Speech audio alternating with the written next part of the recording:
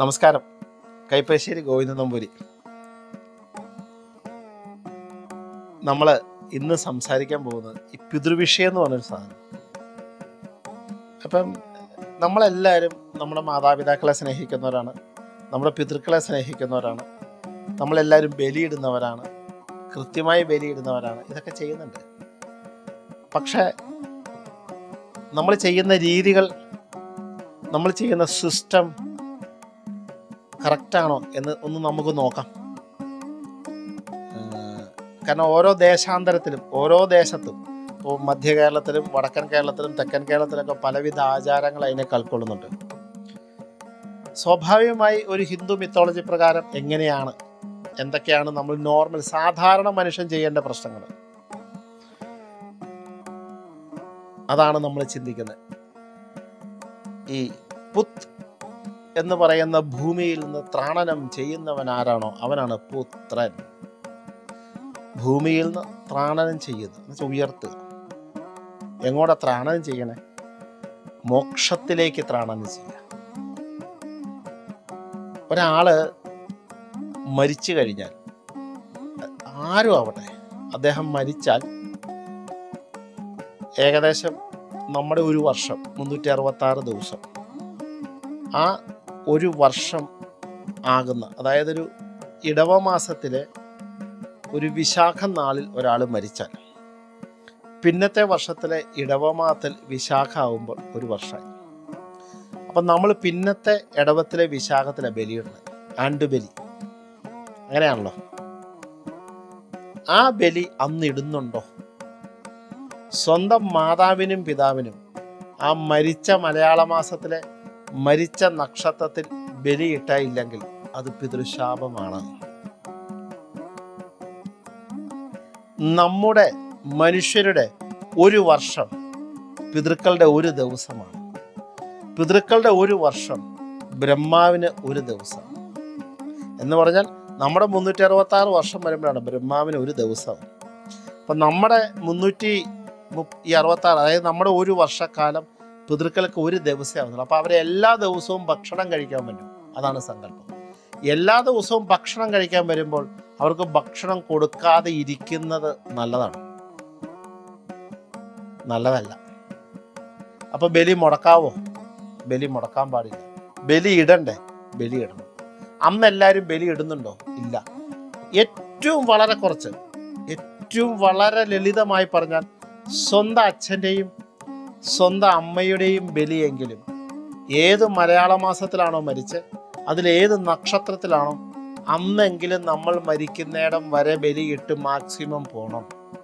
എങ്കിൽ മാത്രമാണ് ആ മാതാപിതാക്കൾ പട്ടിണി കിടക്കാതിരിക്കുമ്പോഴാണ് നമുക്ക് പിതൃവിൻ്റെ അനുഗ്രഹം കിട്ടുന്നത്, അല്ലെ നമ്മുടെ പരമ്പരയ്ക്ക് കിട്ടുന്നത്. ഇന്നത്തെ ഒരവസ്ഥയിൽ പലരും ഞാൻ കണ്ടിട്ടുണ്ട്, ശിവരാത്രിക്ക് ഞങ്ങൾ ബലിയിടും തിരുമേനി, കർക്കിടക മാസത്തിൽ കറുത്തവാവിന് ഞങ്ങൾ ബലിയിടും എൻ്റെ അച്ഛന് വേണ്ടിയിട്ട്. അച്ഛൻ എന്നാ മരിച്ചത്? അച്ഛൻ മരിച്ചത് മീനത്തിലാണ്. ബലിയിടുന്ന എന്നാ? കർക്കിടകത്തിലെ വാവിനാണ്. അപ്പോൾ കർക്കിടകത്തിലെ വാവിന് ബലിയിടുമ്പം അച്ഛൻ വന്ന് വെയിറ്റ് ചെയ്തോണം, ഇവൻ ഇടുമായിരിക്കും, അപ്പം കഴിക്കാമെന്നും പറഞ്ഞു. അങ്ങനെയാണോ? അല്ലല്ലോ. അച്ഛൻ വരുമ്പോഴല്ലേ നമ്മൾ ബലിയിടണ്ടേ. അപ്പോൾ അച്ഛൻ വരുന്ന ദിവസം, അതായത് ആ മരിച്ച ദിവസം നാളിൽ അച്ഛൻ വരുമ്പോൾ ആ നാളിൽ ചെയ്യുന്ന കർമ്മത്തെ, തമിഴ്നാട്ടിലൊക്കെ തിഥി വെച്ചാണ്, നമുക്ക് മാത്രമേ നാളുള്ളൂ. ആ സമയത്ത് ചെയ്താൽ മാത്രമേ അതിന് പ്രയോജനമുള്ളൂ. എക്സെപ്ഷൻ ഉണ്ട്. ഇപ്പോൾ സ്ത്രീകളൊക്കെ അശുദ്ധമായിപ്പോയി, പിന്നത്തെ മാസം അതേ നാളിലിട്ടാൽ മതി, ഇതുണ്ട്. പക്ഷെ ഇട്ടിരിക്കണം എന്നൊരു നിർബന്ധം. അപ്പോൾ വേറൊരു പ്രശ്നം കിടപ്പുണ്ട് ഇന്നത്തെ കാലത്ത്. ഇതിനെ ഞങ്ങൾ ആവാഹിച്ചൊക്കെ മാറ്റിയല്ലോ, പിന്നെ എങ്ങനെ ഇടണേ? ആവാഹിച്ച് മാറ്റാൻ പറഞ്ഞു ആരെങ്കിലും? ആവാഹിച്ച് എന്തിനാ മാറ്റണേ?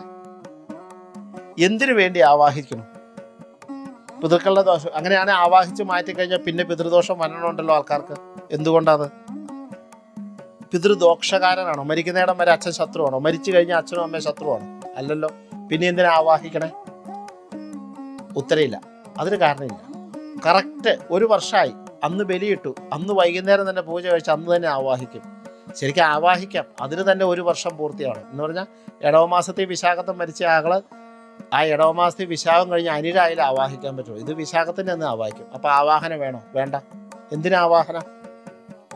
വർഷത്തിൽ ഒരിക്കൽ നിങ്ങളുടെ അച്ഛനും അമ്മയ്ക്കും വേണ്ടി 2 ദിവസം ശുദ്ധമായിട്ടൊരു നൊയമ്പെടുത്ത് ബലിയിടാൻ നിങ്ങൾക്ക് പറ്റണം. അതിനെ ആവാഹിക്കേണ്ട കാര്യം എന്തിനാ ആവാഹിക്കണേ? ഇനി ആവാഹന യഥാവിധിയാണോ ആവാഹിക്കണേ? കൃത്യമായ ആവാഹനയുണ്ടോ? ആവാഹിച്ച് 5 വർഷം കഴിഞ്ഞ് ആരെങ്കിലും ഉണ്ട് ഇപ്പം രാശി വെച്ച് കൊള്ളൂ, അച്ഛനും അമ്മയും കുടുംബത്തുണ്ട്, എങ്ങും പോയിട്ടില്ല. ആവാഹിച്ചു മാറ്റുക എന്നൊരു രീതിയുണ്ടോ? നമുക്ക് ശത്രുബാധയാണ്, ആവാഹിച്ചു മാറ്റാം. അപ്പം ആദ്യം പറഞ്ഞ പോലെ സർപ്പദോഷങ്ങളുണ്ട്, ആവാഹിച്ചു മാറ്റാം. അല്ലെങ്കിൽ സ്ഥലദോഷമുണ്ട്, ആവാഹിച്ചു മാറ്റാം. പിതൃദോഷത്തെ ആവാഹിച്ചു മാറ്റുവാണ് വേണ്ടത്, അല്ലല്ലോ പിതൃക്കൾക്ക് മോക്ഷം കൊടുക്കുകയല്ലേ വേണ്ടത്. പിതൃക്കൾക്ക് എങ്ങനെയാണ് മോക്ഷം കൊടുക്കണേ? അദ്ദേഹത്തെ വിഷ്ണുവിൻ്റെ പാതാരവിന്ദങ്ങളിൽ എത്തിക്കണം.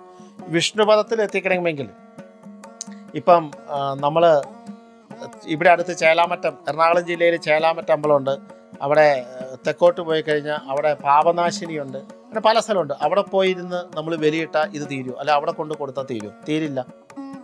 കാരണം എന്താണെന്ന് വെച്ചാൽ ഒരു പിതൃവിനെ ആവാഹിച്ചൊരു പ്രതിമയിലാക്കിയാൽ, ഒരു ചതുർബാഹുവിലേക്ക് ഒരു രാമനെ ആവാഹിച്ചു, ഏതെങ്കിലും രാമനെ ആവാഹിച്ചു, അത് കഴിഞ്ഞ് ചേലാമറ്റത്ത് കൊടുത്താൽ ഈ പിതൃ എന്ന് പറയുന്നത് പ്രേതമാണ്. ഈ പ്രേതം അമ്പലത്തിൽ കയറില്ല. അപ്പോൾ അമ്പലത്തിൽ കയറാതെ വന്ന് എന്ത് ചെയ്യും? ഇത് തിരിച്ചു വരും. അപ്പോൾ പ്രേതാവാഹനയുണ്ടോ? പ്രേതാവാഹനയില്ല. പ്രേതത്തിന് പിതൃവിന് മോക്ഷമില്ലേ? മോക്ഷമുണ്ട്.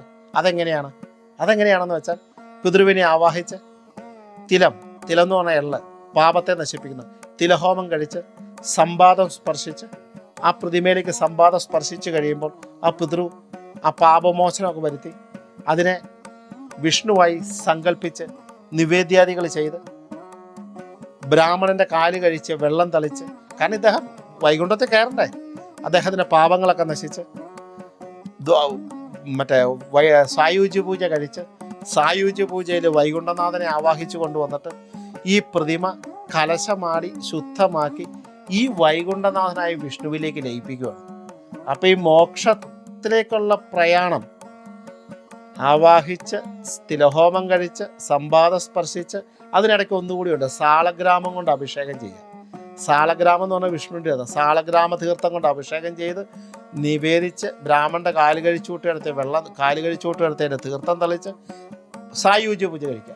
സായുജ്യ പൂജ കഴിച്ചിട്ട് കലശമാടി ഈ ചൈതന്യത്തെ വിഷ്ണുവിലേക്ക് ലയിപ്പിക്കും. ഏതിലേക്ക് ലയിപ്പിക്കും? വൈകുണ്ഠനാഥനിലേക്ക് ലയിപ്പിക്കും. അപ്പോൾ ഈ വൈകുണ്ഠനാഥൻ പൂജ കഴിഞ്ഞ് സായുജ്യ പൂജ കഴിഞ്ഞ് അദ്ദേഹം വൈകുണ്ഠത്തിലേക്ക് പോകുമ്പോൾ ഈ പിതൃവും ഓട്ടോമാറ്റിക് ആയിട്ടങ്ങ് പോകും. പിന്നെ പ്രതിമ ജഡമാണ്. പിന്നെ ആ പ്രതിമ മോക്ഷ കേന്ദ്രങ്ങളിൽ, അത് ഈ പറയുന്ന പാപനാശിനിയിലും ചേലാമറ്റത്തും കൊണ്ടൊക്കെ സമർപ്പിക്കാം. അവിടെ ഒരു വഴിപാടൊക്കെ കൊടുത്തു. അല്ലാണ്ട് വെറുതെ ഒരു പ്രതിമ എടുത്തു അതിലേക്ക് ഇതിനെ ആവാഹിച്ചു ഇത് കൊടുത്തോളൂ എന്ന് പറഞ്ഞാൽ ആകില്ല. അത് കാണാം. ഈ 3 വർഷം കഴിയുമ്പോൾ നോക്കുമ്പോൾ പിതൃദോഷം കാണണമെന്ന് പറഞ്ഞു. പിന്നെ ഇതെപ്പോഴാണ് ആവാഹിക്കേണ്ടത്? ഇത് സിസ്റ്റം ഞാൻ പറഞ്ഞു എന്ന് മാത്രമേ ഉള്ളൂ. ഇതെപ്പോഴാണ് ആവാഹിക്കേണ്ടത്? ഞാൻ ഒരു ബലി ഇട്ടുകൊണ്ടിരിക്കുകയാണ്. അത് എൻ്റെ മരണശേഷം എൻ്റെ മക്കളെ ബലി പിന്തുടരണം, അല്ലെങ്കിൽ അത് ദോഷമാണ്. അപ്പം എൻ്റെ മരണശേഷം എൻ്റെ മക്കളത് തുടരാതിരിക്കാൻ, കാരണം അവർക്ക് ആവശ്യമില്ലാത്ത ബലിയാണ്. ഞാൻ ബലി നിർത്തിയിട്ടില്ലല്ലോ. ബലി നിർത്തലാക്കണമെങ്കിൽ എനിക്കിനി ആവതില്ല എന്ന് വന്ന സമയത്ത്, എനിക്ക് വയ്യ എന്ന സമയത്ത്, എനിക്ക് ബലിയിടാൻ പറ്റില്ല എന്ന് പറഞ്ഞ സമയത്ത് ഞാൻ ഇതിന് മോക്ഷം കൊടുക്കണം. അപ്പം എൻ്റെ മക്കൾ പിന്നെ അതെടുക്കണ്ട. എൻ്റെ മാതാപിതാക്കളുടെയോ എൻ്റെ മുത്തശ്ശൻ്റെയോ ആയി നിൽക്കുന്ന പിതൃവിഷയം ഞാൻ ചെയ്യേണ്ടതാണ്. അതെൻ്റെ മക്കളിലേക്ക് പകർന്നു കൊടുക്കണ്ട. അപ്പം ഞാൻ എൻ്റെ ആവതില്ലാത്ത സമയം വരെ എൻ്റെ ഏതാണോ എനിക്ക് വയ്യ, ഇനി ബലിയിടാൻ എനിക്ക് പറ്റില്ല, കാരണം എനിക്ക് പറ്റത്തില്ല, കാരണം എൻ്റെ ശാരീരം കൊണ്ട് എണീക്കാൻ മേല, അപ്പം ഇത് പാപമായി എൻ്റെ മക്കളിലേക്ക് എടുക്കും. മക്കൾ ആ ബലി പിന്തുടരുകയും വേണം. അതാണ് നിയമം. കാരണം നമ്മൾ 28 കെട്ടി നമ്മളെ ഹിന്ദു സമുദായം 28 കെട്ടി ഹിന്ദു മതത്തിലേക്ക് വന്നവരാണ്. ആ 28 കെട്ടിനൊരു ചരിത്രം തന്നെയുണ്ട്. അത് ഞാൻ പിന്നീട് ഒരു എപ്പിസോഡിൽ പറയാം.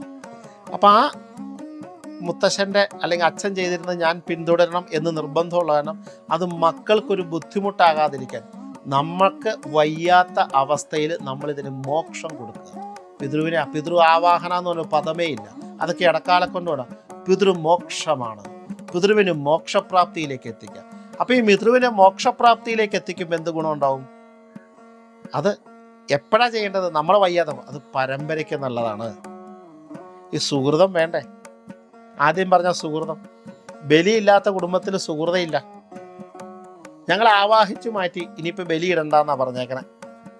എന്താ ആവാഹിച്ചു മാറ്റി? അറിയില്ല. മാതാപിതാക്കളുടെ ബലി ഇടാത്ത ഒരു മനുഷ്യൻ അവനെ എന്ത് ചെയ്തിട്ട് കാര്യമുണ്ടോ? ഒന്ന് ആലോചിച്ച് നോക്കൂ. നിങ്ങൾ ചുമ്മാ നിങ്ങളിപ്പോൾ ഒരു സ്ഥലത്ത് താമസിക്കോ, തറവാട്ടിൽ നിന്ന് മാറി രാവിലെ വെളിച്ചയായപ്പോൾ എണീറ്റ് വന്നപ്പോഴത്തേക്ക് അമ്മ വന്നു, നിങ്ങളൊക്കെ കാപ്പ് കുടിച്ചോണ്ടിരിക്കുക, ഞാൻ അമ്മയ്ക്ക് കൊടുക്കില്ല എന്ന് പറഞ്ഞാൽ എന്താ അവസ്ഥ? ഇതാണ് ബലി ഇടാത്ത, ബലി ഇല്ല എന്ന് പറഞ്ഞൊരു അവസ്ഥ. അതാ ബലി ഇടില്ല എന്ന് പറഞ്ഞ അവസ്ഥ, അല്ലെ ബലി ചെയ്യുന്നില്ല എന്നുള്ള.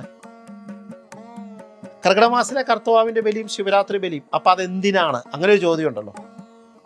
അപ്പൊ നമ്മളൊക്കെ ഇടുന്നുണ്ട്, ആ ബലിയുണ്ട്. ആദ്യം ഞാൻ പറഞ്ഞു, അത് അച്ഛൻ്റെ അമ്മയുടെയും ബലി ഇടാനല്ല. അന്നാണ് അച്ഛൻ മരിച്ചെങ്കിൽ അന്ന് ബലി ഇട്ടുള്ളൂ.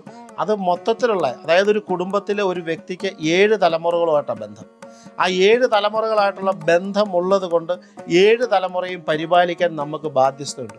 ആ 7 തലമുറ നമുക്ക് പരിപാലിക്കാൻ നമ്മളെ കൊണ്ട് പറ്റില്ലാത്ത കാരണം കർത്തവാവിനൊരു ബലിയിട്ട് അവരെ കുടുംബത്തിലെ സമസ്ത പിതൃകൾക്കും സായുജ്യം കൊടുക്കുക, അല്ലെങ്കിൽ തൃപ്തി വരുത്തുക. അതാണ് നമ്മൾ ചെയ്യണം. അല്ലെ ശിവരാത്രിക്ക് അതാണ് അതിൻ്റെ കറക്റ്റ്. അതാണ് പിതൃവിഷയത്തിൽ മനസ്സിലാക്കേണ്ടത്. കാരണം അദ്ദേഹത്തിൻ്റെ ചോര കൊണ്ടും നീര് കൊണ്ടും കഷ്ടപ്പാട് കൊണ്ടും കിട്ടിയ സമ്പത്ത്, അദ്ദേഹത്തിൻ്റെ പുരാതന തറവാടിൽ നിന്നും അദ്ദേഹത്തിൻ്റെ അച്ഛനമ്മമാർ കൊടുത്ത, അദ്ദേഹത്തെ സംരക്ഷിക്കാൻ കൊടുത്ത, അദ്ദേഹത്തിന് ജീവിക്കാൻ കൊടുത്ത വസ്തുവകകൾ, അദ്ദേഹം കഷ്ടപ്പെട്ടുണ്ടാക്കിയ സാമ്പത്തിക ഭദ്രത, ഈ ഭദ്രത നമ്മളെടുക്കുമ്പോൾ അദ്ദേഹത്തിൻ്റെ ഈ മരിക്കുന്നിടം വരെയല്ല, മരിച്ചു കഴിഞ്ഞുള്ള കർമ്മത്തിന് നമ്മൾ ബാധ്യസ്ഥരാണ്. അതുൾപ്പെടെ നമ്മൾ ഏറ്റെടുക്കണേ. കഴിഞ്ഞു, ദേഹത്തെ വിട്ടു, ഇനിയിപ്പോൾ എന്താ, കാണാനൊന്നും ഇല്ലല്ലോ, അങ്ങനെ നിരീക്കണ്ട. ഈ കാണാനുള്ളപ്പോൾ ഉള്ളപ്പോൾ ക്ഷമ പറഞ്ഞാൽ തീരും, കാണാനില്ലാത്തപ്പോൾ ക്ഷമ പറഞ്ഞാലും തീരില്ല. ഇതിൻ്റെ ദുരിതം 15 ഇരട്ടിയാണ്. ഇപ്പോൾ പിതൃവിഷയം എന്ന് പറയുന്നത് ഇതിന് ഏറ്റവും വളരെ ലളിതമായ ചെറിയ സമയത്തിനുള്ളിൽ കുറച്ചുള്ള കാര്യം ഞാൻ പറയുള്ളൂ. അതങ്ങ് വളരെ ഗംഭീരമായിട്ട് പറയാൻ കിടക്കുന്ന സാധന. എങ്കിലും ഒന്നു മാത്രം ചെയ്യുക, മാതാപിതാക്കളുടെ ബലി. മാതാപിതാക്കൾ മരിച്ച മാസത്തിൽ, ആ മരിച്ച നാളിൽ ഏത് ഒരു വ്യക്തിയാണോ കൃത്യമായി പരിപാലിക്കുന്നത്, ആ വ്യക്തിക്ക് കുടുംബത്ത് സുഹൃതമുണ്ടാവാൻ, ഐശ്വര്യമുണ്ടാവാൻ പിതൃ അനുഗ്രഹം വേണം. പിതൃവിന് മോക്ഷം കൊടുക്കുന്ന കാലഘട്ടം നമുക്ക് വയ്യാതാവട്ടെ, അപ്പം നോക്കാം, അതുവരെ നമ്മൾ ആലോചിക്കേണ്ട കാര്യമില്ല. ആവാഹിച്ചില്ലെങ്കിൽ ദോഷമുണ്ടോ എന്ന് ആരെങ്കിലും പറഞ്ഞാൽ അപ്പം തന്നെ എൻ്റെ നമ്പറിൽ എന്നെ വിളിച്ചോളൂ. എന്താ ദോഷം എന്നുള്ളതെന്ന് അറിയാമല്ലോ നമുക്ക്. ആ പറഞ്ഞ ആളുടെ മുമ്പിൽ വെച്ച് നമുക്ക് നോക്കാമല്ലോ എന്താ ദോഷം എന്നറിയാമല്ലോ. അങ്ങനെയൊന്നും ഇല്ലേ? ഇതൊക്കെ ഈ ആചാരങ്ങളിലുള്ള അനാചാരങ്ങളാ. അപ്പം അതുകൊണ്ട് ഇനി അതൊക്കെ എന്തുവാട്ടെ, അതിനെക്കുറിച്ചൊന്നും നമ്മൾ സംസാരിക്കണ്ട.